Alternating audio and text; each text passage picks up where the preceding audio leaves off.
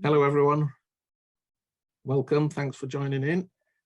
We've just started a minute or two early and we'll just introduce things and the hygiene factors before Charlotte starts her presentation. We've got some instructions on the screen. We're trying to use the chat and the Q&A this morning. So the chat, we would like to use the chat to put your thoughts and comments and any links or ideas that you've got stimulated by the presentation. But if you have a specific question for Charlotte, and we hope you have lots, that we use the Q&A facility. So at the bottom of the screen, you have the Q&A. In the chat, if you want to start using the chat now, it'd be great if you could just pop in there where you are at the moment, which part of the world. That'll give us a sense of where people are joining the conversation from.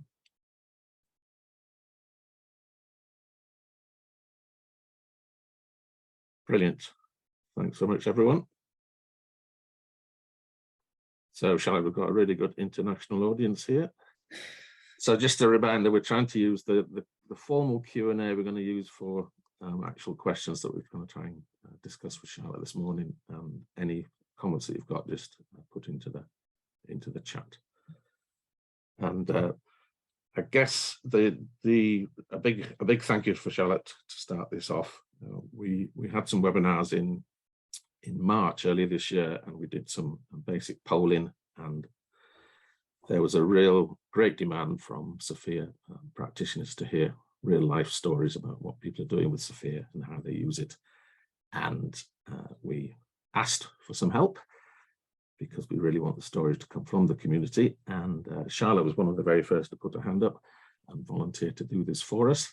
So we are hoping we have some other ones planned, and thank you for everyone who's actually volunteered to do those. And we're hoping that this Charlotte's and the early ones will get other people interested enough and willing to contribute themselves. It's worth saying with Charlotte that this is Charlotte and risual's story, so it's not an edited version from SFIA. We've asked Charlotte just to talk about what they've done. And I guess for other people looking to see how they can make SFIA work in their own organization, it is all about what your organization needs and the context and the things that work with you. So it won't be a matter of just saying, well, this is recommended practice. It's more just things that Charlotte and Risual have found that work, things they found that haven't worked, and let's learn from that. There's a couple of natural breaks through Charlotte's presentation, so we'll sort of try and stop around those and field any questions, and please do ask questions and please do use the chat. We want this to be as interactive as it can be with such a large audience, and we have got a large audience here. So thank you so much for the introduction. So as you've already heard, my name's Charlotte. My educational background, just very briefly, is in psychology. So I have a degree from Royal Holloway, University of London. And since then, really, my focus has been on retaining and developing talent at Risual specifically. So through my role as head of people, which on the senior management team, I'm really lucky to be able to do this through strategic planning and strategic projects within that HR team. So throughout my time at Risual, I've gone on to do lots of further learning, including my level 7 CIPD qualification, and I'm also in the process of completing an ILM coaching and mentoring course, which I'll feed in a little bit later on into this presentation somehow. So with regards to SFIA, specifically at Risual, I've been in the business since 2017. We began the implementation of SFIA in late 2018, so I've kind of been involved in it throughout its course at Risual, and we've been using it ever since. So in terms of longevity, it's been a number of years. And we would argue that it was a successful implementation, but I'll go on to talk a little bit more about that. So in terms of Risual itself, just to give you kind of a little bit more context around that, we are a gold Microsoft partner. So we specialize in digital business and cloud transformation. We've got roughly 170 employees at the moment. They range from highly technical consultants and support engineers through to assessors, account managers, and all the other support functions that a business requires to run successfully.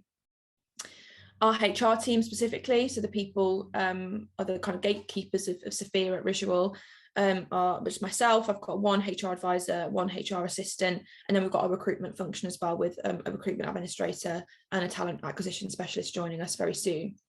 So between us, we manage all HR related activities and recruitment, and SFIA's threaded all the way through both of those, which is kind of what predominantly I'm going to talk to you about today.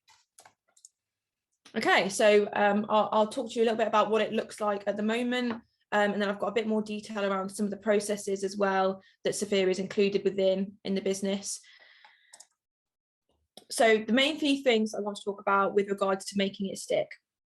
So it's worth noting that I think these three things are completely dependent on each other, but they are ultimately the three things that have been what I think the keys to our success with our implementation, and then also the maintenance of the SFIA framework within the business.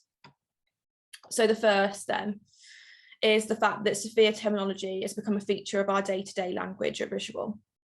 So terms like autonomy, influence, complexity, and many others really can be frequently heard between managers and their teams within the business. So that's not just in formal reviews and in meetings, but also just informal conversations. So you might hear them in the corridor, for example.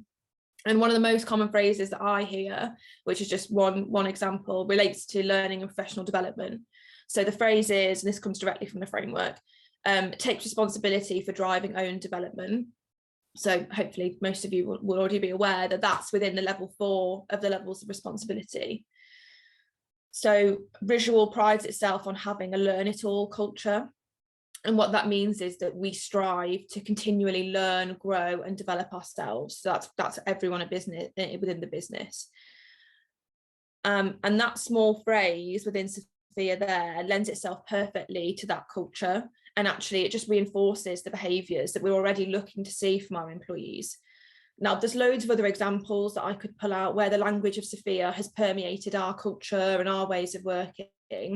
And I think that's probably another key to the longevity of SFIA at Risual in particular, that for us, it aligns so closely to our way of doing things. So rather than trying to encourage any unnatural behaviours, the elements within the framework actually just reinforce behaviours that are already part of Risual's culture anyway. So it doesn't feel forced, which is great. So secondly on this list here is the fact that we implemented SFIA across the length and the breadth of Risual. So that means that everyone, regardless of the level of the role, the division that role sits within, and so on, is assessed against SFIA. So as you can imagine, there are non-technical functions at Risual, you know, my own included in that, but we're also rated against SFIA in exactly the same way. So that means that we're all singing from the same hymn sheet, we're all using the same terminology, and that's regardless of the division that the role exists within. And that also means that that's regardless of the level of the role as well. So whether you are an apprentice or you're on the senior management team, you're expected to be reviewed against the framework in exactly the same way. Then finally, just on here, integration with HR activities. So this is going to be the main focus of the session today. And in my opinion, this is the thing that has allowed us to create kind of true longevity of the framework at Risual. And it's definitely underpinned by my previous 2 points. But SFIA is embedded into all of the main HR processes, including job descriptions, appraisals, recruitment. And I'm going to talk a little bit about those in particular, and then a couple of others as well in a sec. Great. So the first thing I wanted to talk about is storage and accessibility of data. So that's what these 3 things here just relate to.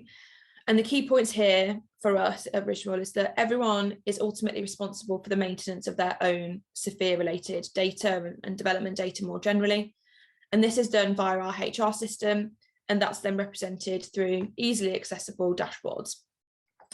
So perhaps unsurprisingly, our HR information system is a Dynamics 365 product. So it's called Dynamics 365 for Human Resources, obviously a Microsoft product, not too surprising from a Microsoft Gold partner, but that's all I can say.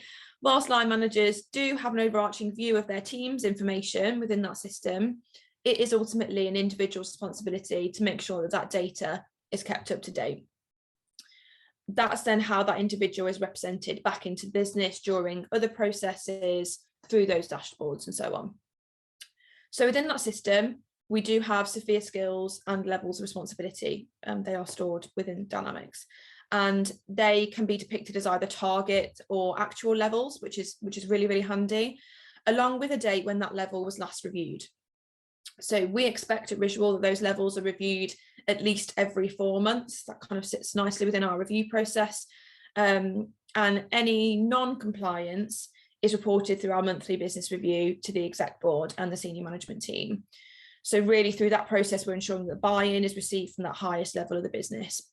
And just to be clear, when I talk about non-compliance, I mean specifically whether or not the levels have been reviewed, rather than what those levels are themselves. You know, I'm not interested in whether or not the SFIA skills or the level of responsibilities have moved up or down. All I'm looking to make sure is that the review itself has taken place, and that manager and that individual together have verified that actually, no, my levels are the same, and that's okay. So then on top of that, sitting kind of alongside all that, we have multiple dashboards that pull from all of this data. So there's ones for managers to use, there's one for individuals to use, and I'll talk about those kind of a little bit more later on in the process they exist within. But just to reiterate, kind of one of the key things here is ownership of data and the accessibility of that data as well. Okay, so another two important areas of my function where SFIA is used are recruitment and coaching and mentoring. So SFIA is used within both of those processes, internally and externally, as a benchmarking tool predominantly, and also as an identifier of development opportunities. So during that recruitment process, we have a bank of SFIA related questions that are available to be used. They are based on the levels of responsibility, and we encourage our hiring managers to use those whenever they feel that's appropriate for them, obviously alongside more role-specific interview questions as well. The overall assessment criteria that's used during our recruitment process is based on something that we call LID, which stands for Leadership, Insight, Impact, Development and Drive. These competencies have all been mapped over to the behavioural factors within SFIA. So as a result, individuals are assessed against SFIA before they even set foot through the door. And ultimately, what that hiring manager is looking to do is to identify whether or not that candidate is capable of operating at the level of responsibility that is required for that role. So then moving on to coaching and mentoring, a number of our mentors choose to begin their mentoring conversations with a review of the mentee's current SFIA levels. That's then followed by conversations about where that individual would like to get to in the future.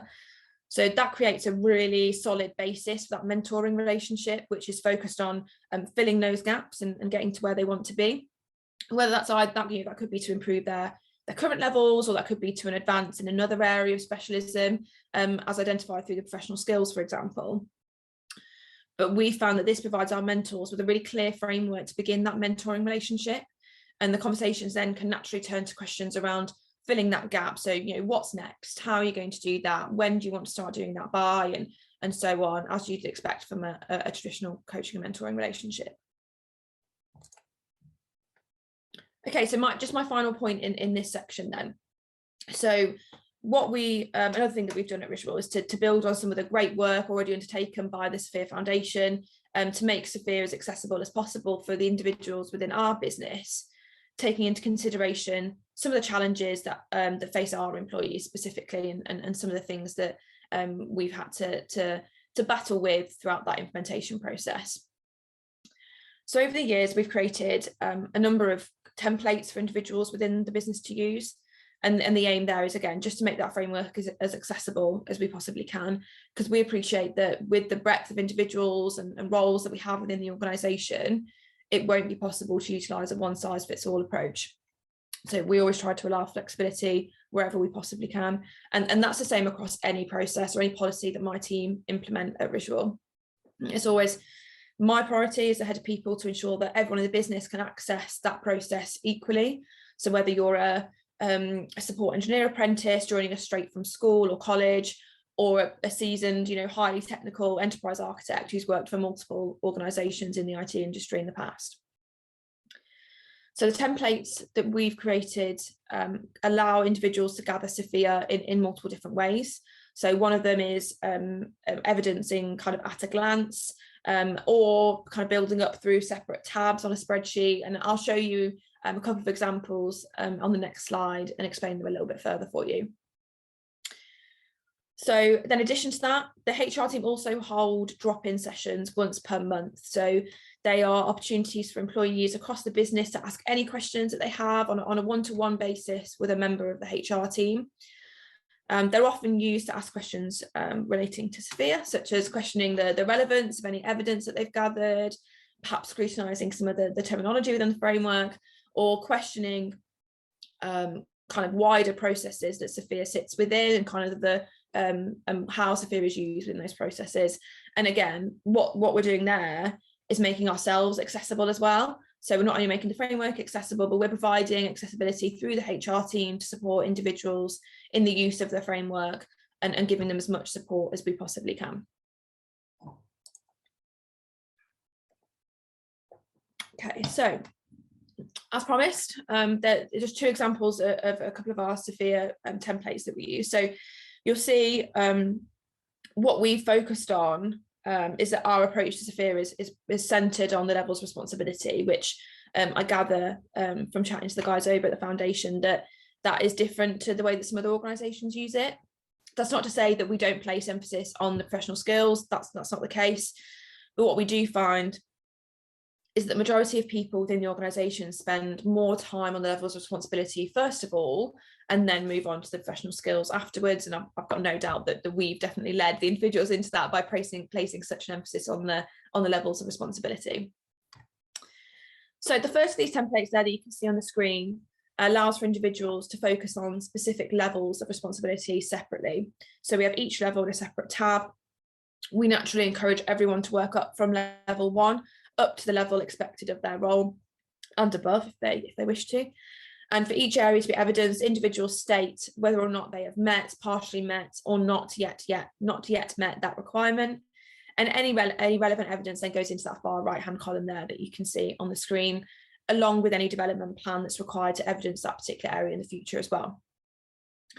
So conversely, the second template here, this just shows an at-a-glance view of the levels of responsibility. So that allows for the evidence to stay within the individual subcategories, but to accumulate as the framework does, all on one view.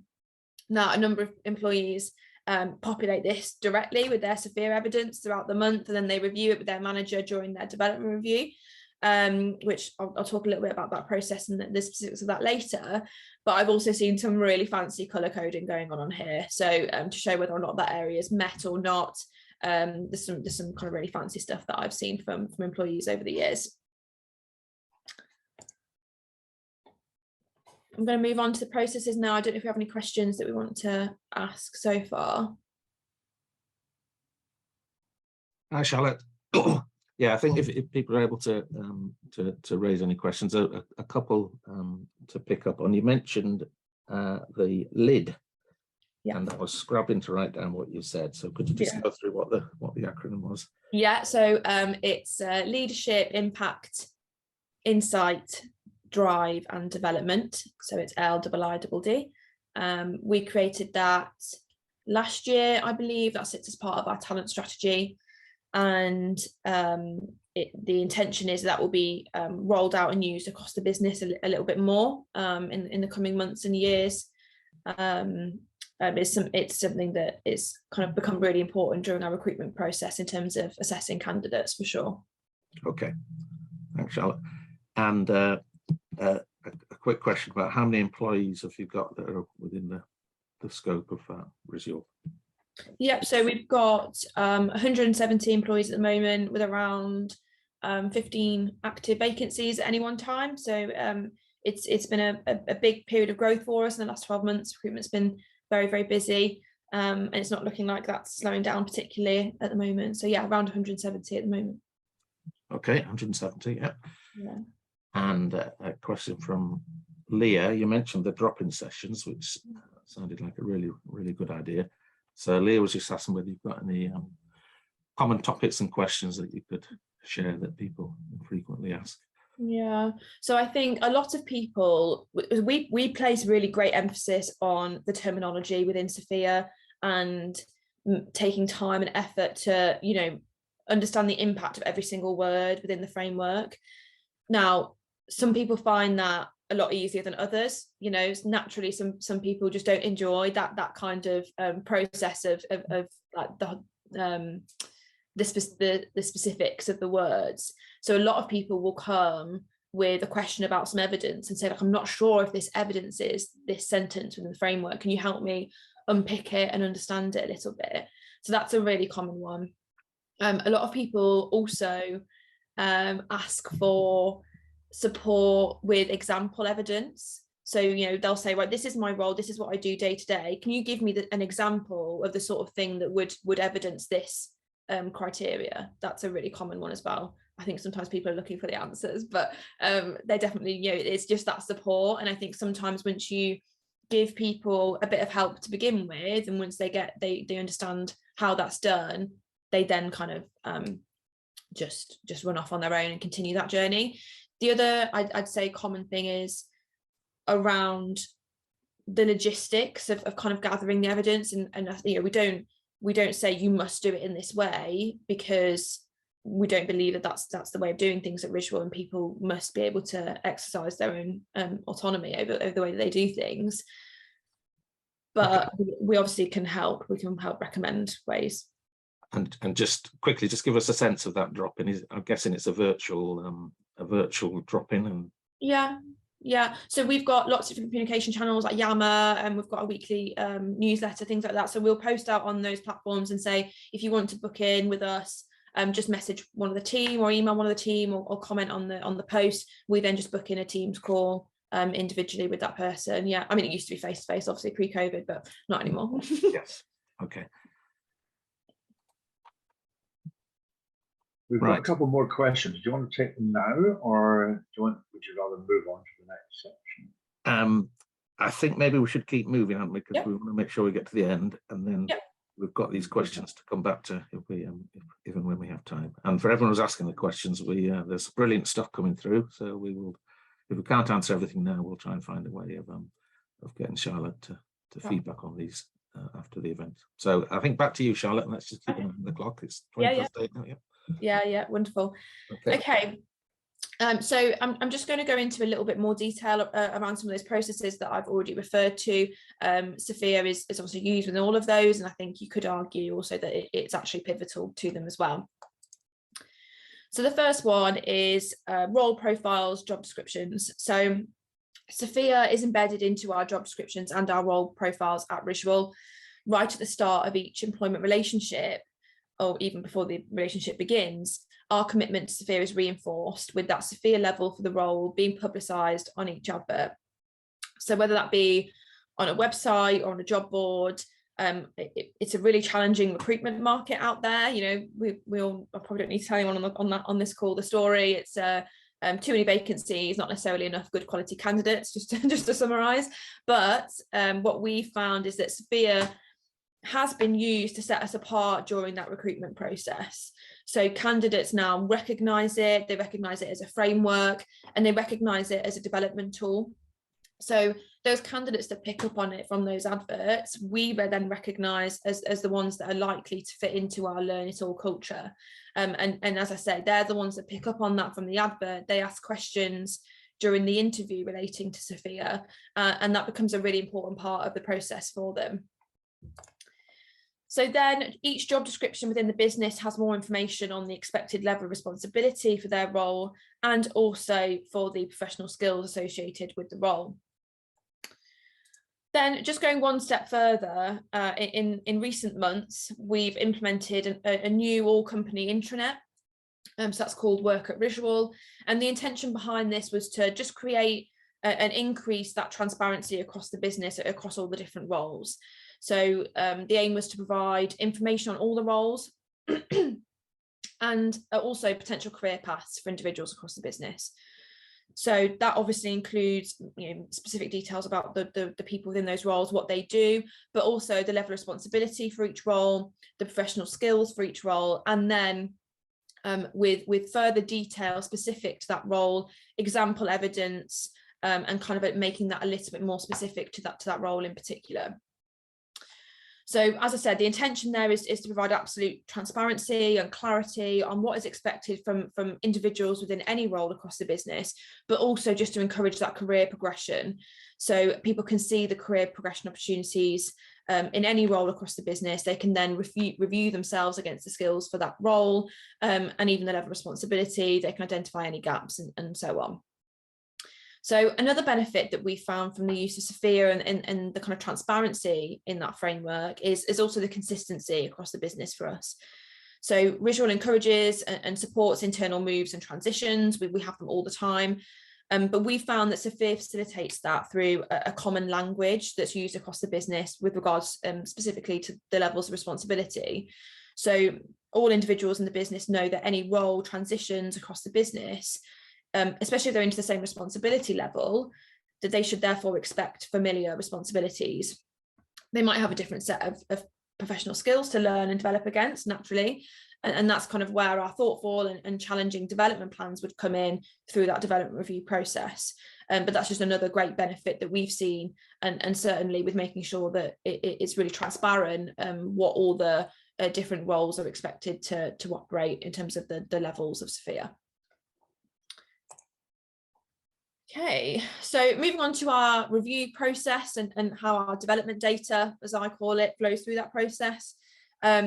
In short, our appraisal process consists of development reviews, and they happen at least every other month, depending on the role, and then annual reviews, which naturally happen once per year. SFIA is a huge part of this process, and you'll see that how that kind of flows through. So we have a development dashboard, talked about development dashboards already today, which is where information about skills, certificates, performance goals, etc.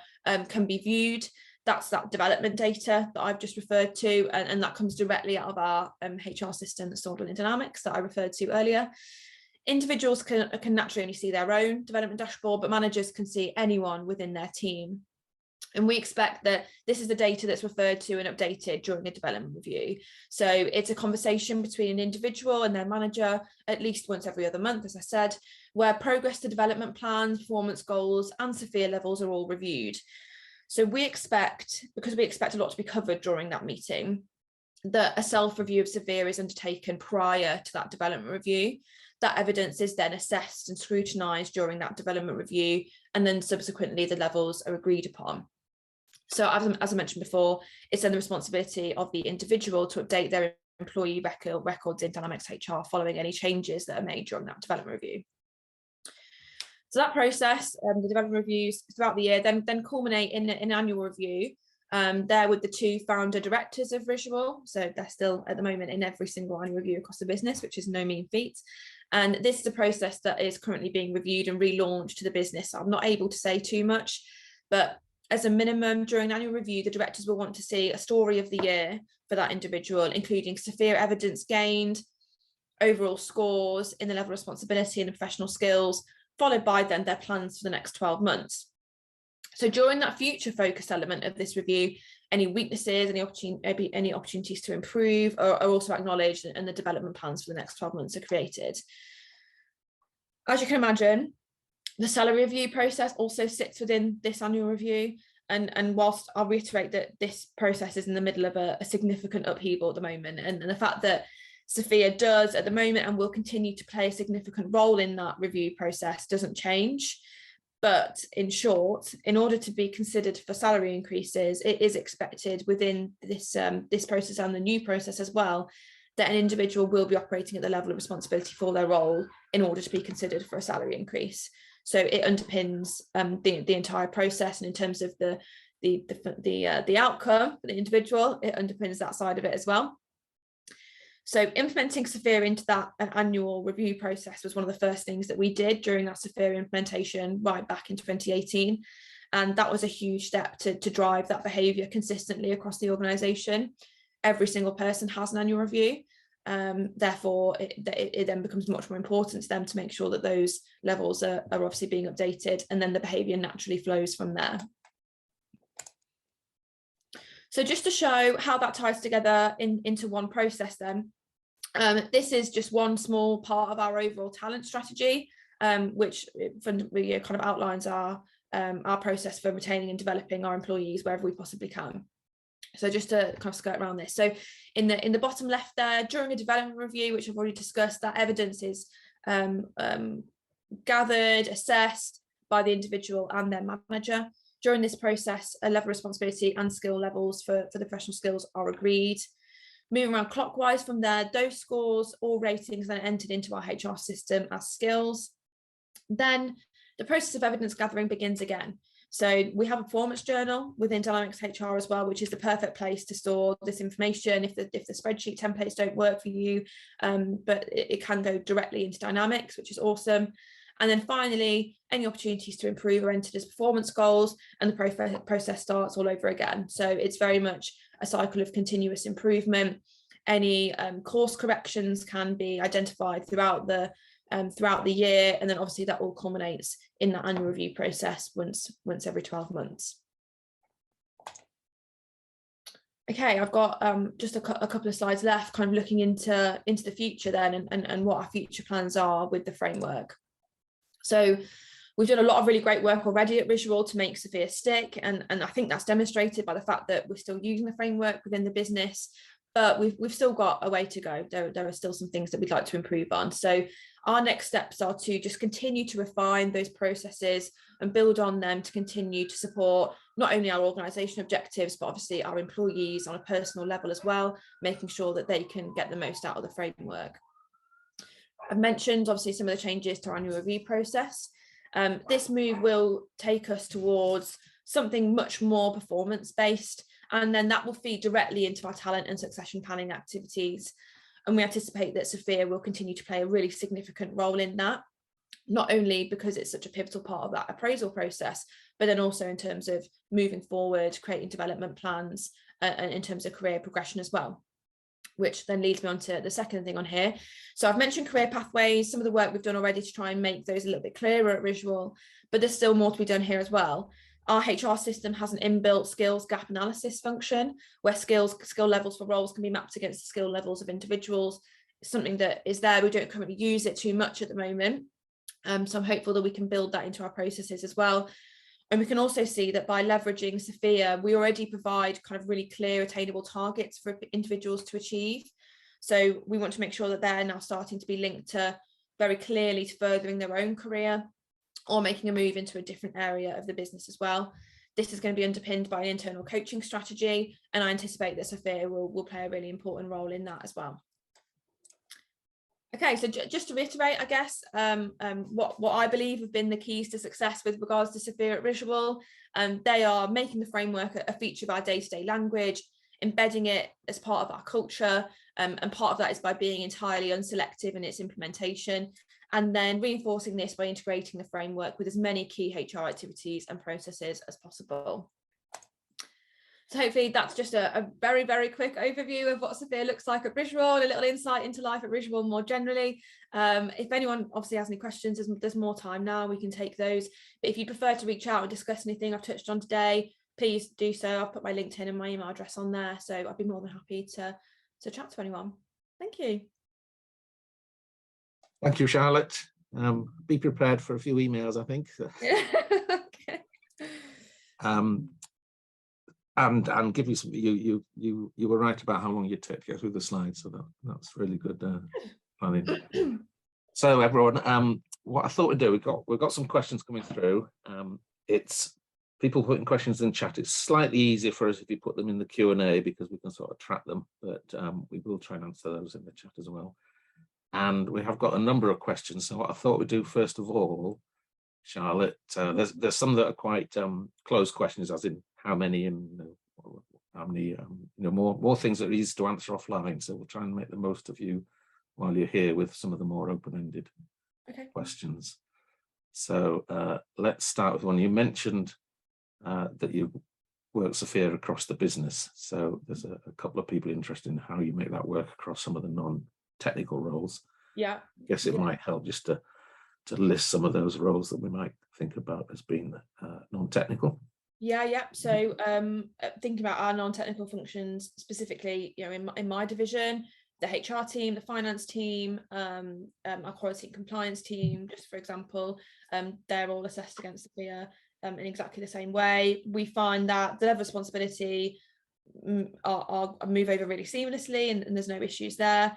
The skills obviously sometimes are kind of a little bit more challenging, but I think especially with the growth into SFIA 8, that's become much easier. So there are skills that we ask everyone in the business to kind of reference. So employee experience is one of our key business objectives for this year across the whole business. So that's important for everyone to consider.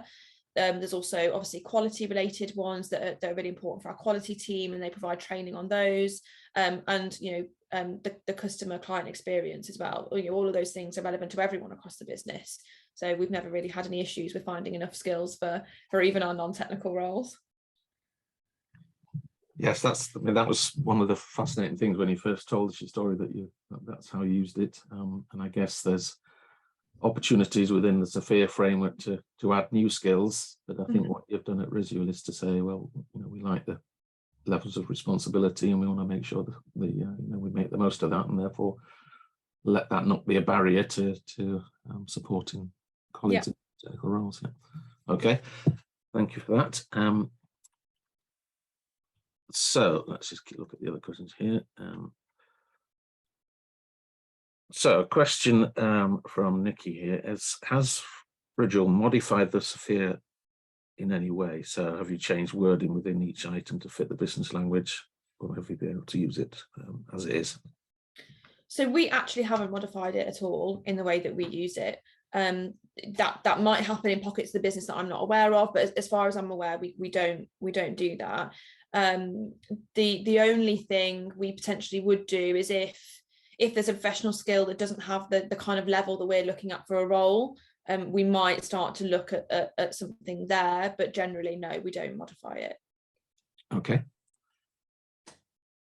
Right, there's some bigger questions here, so do what you can to answer them online. But so a question from Lois here: what learnings have you from launching and embedding SFIA? So maybe you're thinking 2 or 3 top ones that you'd pass on to people.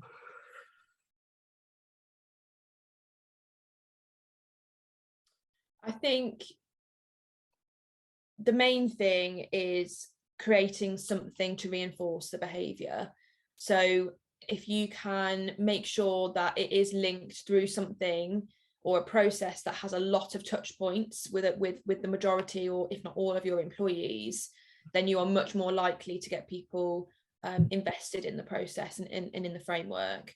So I think to begin with, we found that just launching it and plopping it out there and saying, there you go, didn't necessarily get the buy-in that we're looking for. So that's number one, is touch points. Number 2 is buy-in. So it's got to be across the organisation. From the top is really, really helpful. But you've also obviously got to have champions throughout the areas of the business. So once you've got your touch points, you've got your kind of champions, you then need to make sure that your comms are really good. So consistency, I think, is key with the comms with regards to SFIA. If you let it drop, people will say, oh, that was just a flash in the pan thing, we don't care about that anymore. So you've got to make sure that is kept consistent. And I think people need to hear from the individuals that are using it, and from the individuals that are using it well. So if you've got a really good case study within the business of someone who's really engaged with the framework, shout about them and let them tell their story, because I know that their voice is much more powerful than mine, because they hear mine a lot and I think they get bored of it. So it's definitely much more powerful to hear it from someone else in the business, a peer ideally. Very good. Yeah, I mean, that matches what we're saying within the foundation. It's better to hear voices like yourself who are using it rather than just messages as an organisation. And just to pick up on the buy-in, it may pass people's notice because he said it quite quickly, but the 2 founding directors taking part in every annual review, I mean, that really sounds like a very tangible example of saying this is something that we really buy into. Yeah. Okay, now there's some really tricky questions here. So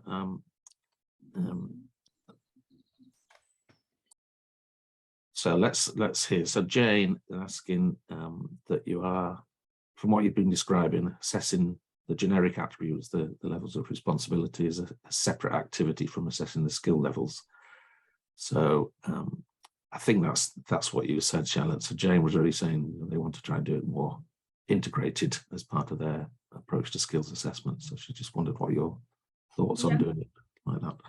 So I'd say that they're reviewed during the same, for example, a development review, they will both be reviewed. You're right in that you would do one and then the other, but they are both kind of reviewed at the same time. So kind of at the same point in time.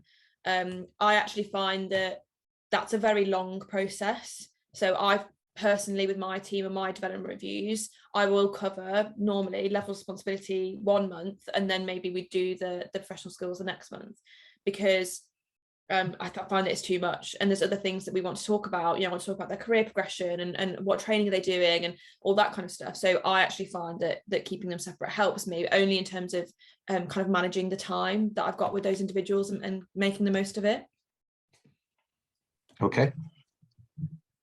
And it's slightly related. So Michael's saying, so you've described from an HR team and the way you've embedded it into that. So Michael's question is more, if you were doing an organisation trying to do it something separate from HR and work, and not being embedded in all the HR processes. So I guess Michael, you might be expand on that, but I think I'm hearing a technical team lead working with their own people, working around the skills and SFIA rather than being part of formal HR process. So have you any thoughts about that sort of approach?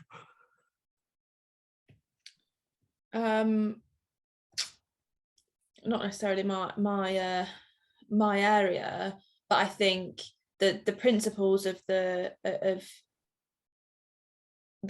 kind of the implementation are the same. So regardless, if you had to take out the HR process side of it, then you'd need to still do all the other things. The comms is still really important. Finding the champions, finding the people within the business that are already doing it and doing it well. All of those things still stand. It's just that from my personal experience, I think that as a business, I could see that would have been much more challenging for us to have implemented without that the kind of HR backing. But I would say that because that's what I did. Okay. Yeah, so it's a slightly unfair question to ask, I guess, you know the context and everything.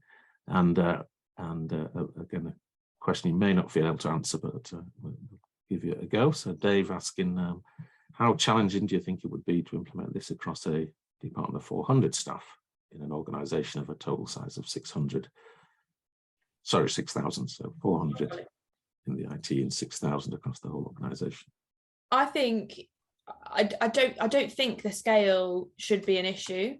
It depends what your organizational structure looks like.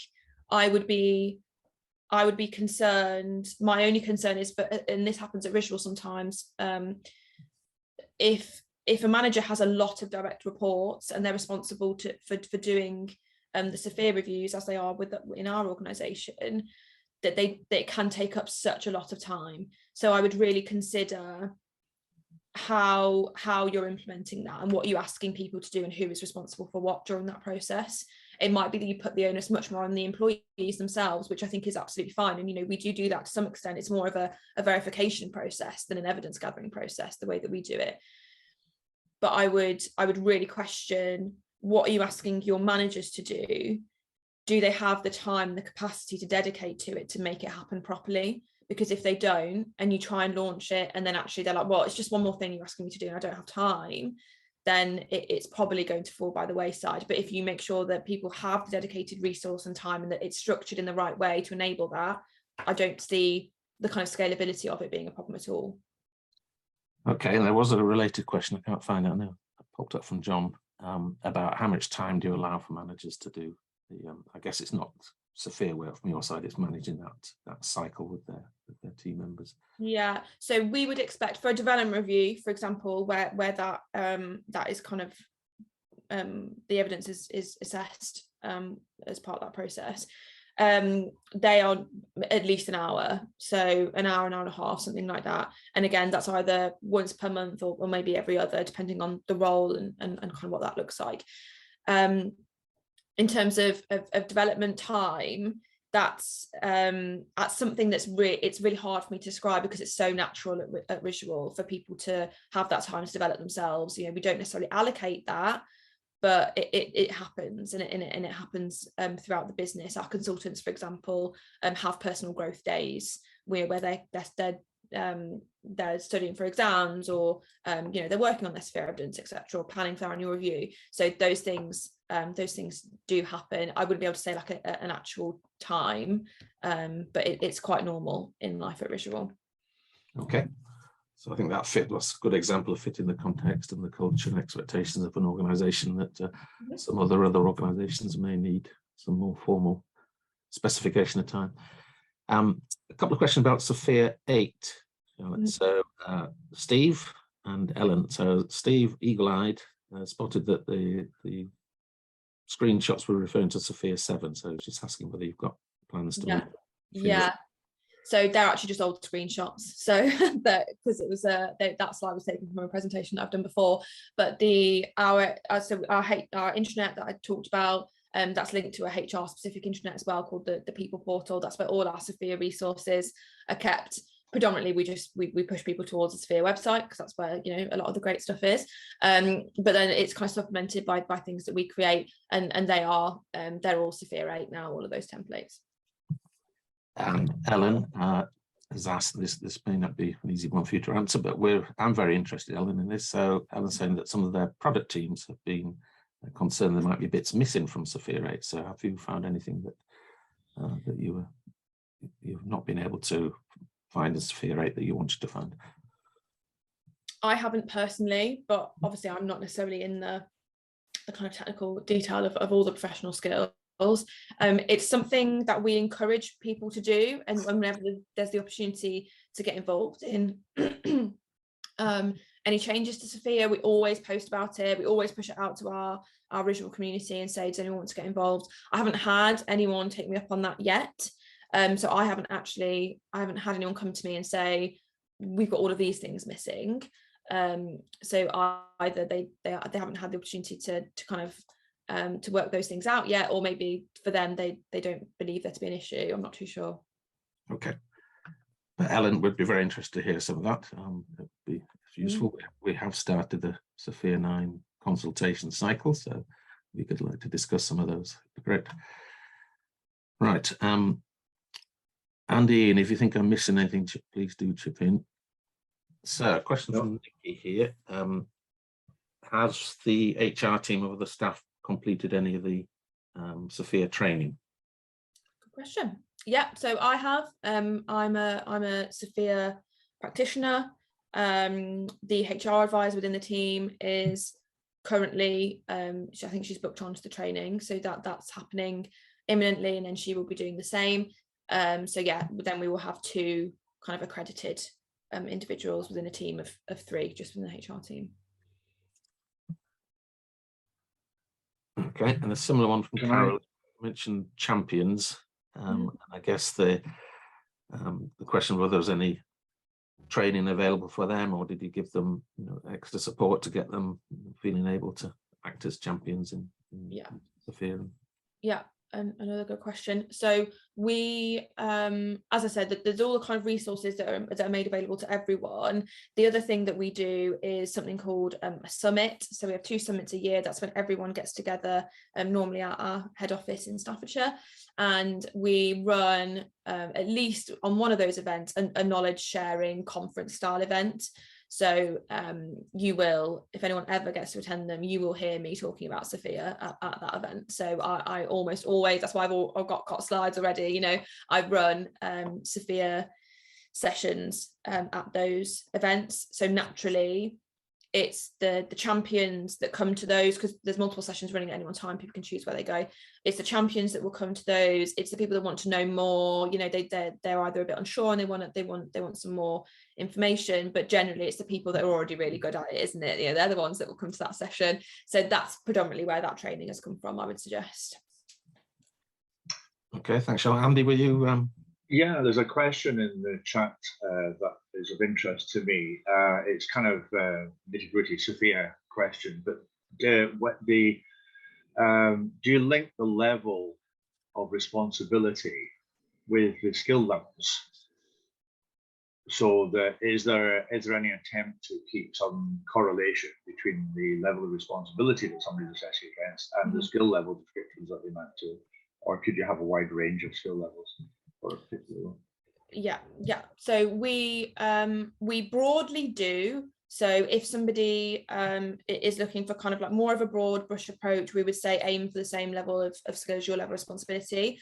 However, in reality, I don't believe that is the case. So because of obviously the skills, the way that they're set up, there isn't necessarily every level of every skill, so you can't actually do that. And we just encourage people to be flexible in their approach with the professional skills. So you don't necessarily have to work up from the bottom as you do with the levels of responsibility. You can jump in at a level that you think is appropriate for you based on the description of that skill. So we would generally, if someone's looking for something quite quickly just to get going, but when you get into the detail of it, no, I don't believe that they do link them. Okay, that's useful. Thank you to Freya and Lindsay for the question. Has there been any formal training of yourselves or of the champions? Do you have you developed training internally, or have you can you point people to any external training you might find? Yeah.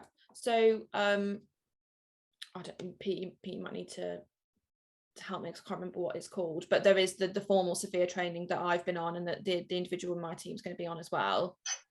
I can't remember what it would be called. Okay. But that's external. I think it was 2 half days off the top of my head. So that's kind of from a HR team. What we do in terms of the champions, again, it's those internal knowledge sharing sessions. Those are all then made available. I've done so many now over the years. We've got kind of a real bank of sessions that are available for people to read back on, listen back to as well. So in terms of training internally, that's predominantly the way that we would do it, but that's very much in our style of kind of best practice sharing, knowledge sharing, and getting people out there and telling their story. Good, thank you. Apologies, I'm not singling out any specific question there because there were a few that touched on how you go about training. Yeah, that's right. There's a few, which is obviously a really interesting topic to spread the capability awareness throughout the organisation. Yeah. Question here about from Phil about, and I guess it might be in your apprentices that you talked about, but in terms of people without digital skills, and getting them onto a career pathway within the the careers within risual. And this just reminded me when I met up with Alan some time ago, he mentioned that you tried to recruit from non-traditional routes and getting people who showed the ability to learn and develop in this area rather than being must have degrees in this sort of. Sorry, what was the question? So the question is whether the route that you get people into the business without digital skills, so whether that's whatever age or whichever background they've got, is that something that you specifically support? Not SFIA specifically related, I guess. Yeah. Oh yeah, great, absolutely. So Alan, that I just referred to, it is one of those founding directors that I referred to earlier in the annual review process. He is probably our biggest advocate of SFIA, by the way. So in terms of coming top down, we definitely have that. We recruit from so many different areas. Being based in Staffordshire can make some of our face-to-face or people that have to be in the office can make some of that recruitment quite challenging. But we've created some really great recruitment channels, particularly through the apprenticeship route, as Peter just referred to. So we've got a really great success rate of hiring apprentices. So a lot of them, have very, very little or no experience. You're straight out of college or school. They show an interest in IT, digital skills, and then we're able to bring them in. And actually, they are some of our most successful employees. They've been with us for a really, really long time. We do actually have a separate training division as well. So our education division deliver apprenticeships across the whole of the UK. So they we've actually taken that one step further, and we actually deliver those ourselves to other organisations as well.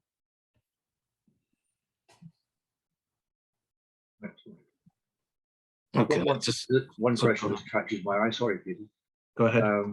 Which is from an anonymous attendee, so I can't credit them. But how do you use SFIA in workforce planning? Yeah, so that's probably something that we don't do enough of right now. So when I'm talking about our future plans, that is definitely something that we are looking to do. We're growing in maturity as a business and as a team, and I think there's a lot more that we can use SFIA for, and it absolutely will play a part of our workforce planning, and particularly with regards to talent and succession planning, as I referred to earlier, and career pathways and things like that. It's definitely something that's on the agenda in the very, very near future. Good, thank you. Okay, maybe just ask one more question. I know we haven't covered them all, but I think the others we will be able to follow up relatively easy with you, Charlotte. So this one question is the L&D partners that you might work with. So the question's saying, have you mapped what they offer into the SFIA skills of your people saying, I've got a gap in this skill, and then they can find the training that they might need to address that need. Just say that again. So have you mapped any L&D training offerings to the SFIA skills, so that if someone's got a gap in their through their performance review, that they can then say, here's a menu of training, or here's suitable training that someone's identified that they can use to fill that gap? Yeah, I'd say probably not in the way that you've described there, but what we do have as part of that whole kind of role profiling is we've got what we expect for that role in terms of the essential skills. So and they are completely linked. So you'll have all the things you need to be able to do the job are fundamentally underpinned by the professional skills that sit underneath that. They then translate again into our kind of other technical competencies that are based on how we allocate work, especially into our consultants. So I'd say no, not in the way, I mean, it's a really great idea for sure, not in the way that you described there, but in a roundabout way, I'd say yes, we do. Okay, thank you, Charlotte. Just for you, Charlotte, again, loads of great feedback for you in the chat. So thank you so much for doing this. I hope you've got something out of it. I think you've helped a lot of people, informed a lot of people, and really got a good debate going. Yes. As ever, it just sparks lots of ideas of other things we can do with the community. So that's really helpful as well. And I'm sure there'll be demand to hear more from you as time goes on. I think to the wider audience, we have got some others planned. I think the next one we're trying to do one is in September, and we would like to get to doing something once a month. We may actually have to do something more than once a month, and we have got a good mix of people. So there'll be some stories like Charlotte's been taking us through, so get to the nitty-gritty of how people have actually made this work in this organisation, and then there'll be some others where we're discussing some of the developments or opportunities to take forward SFIA as a global framework and some of the ecosystem things. We really hope you'll join in some of those, and even more, if any of you are out there and saying, well, now I've seen what Charlotte's done, I would really like to share what I've been doing, please do so.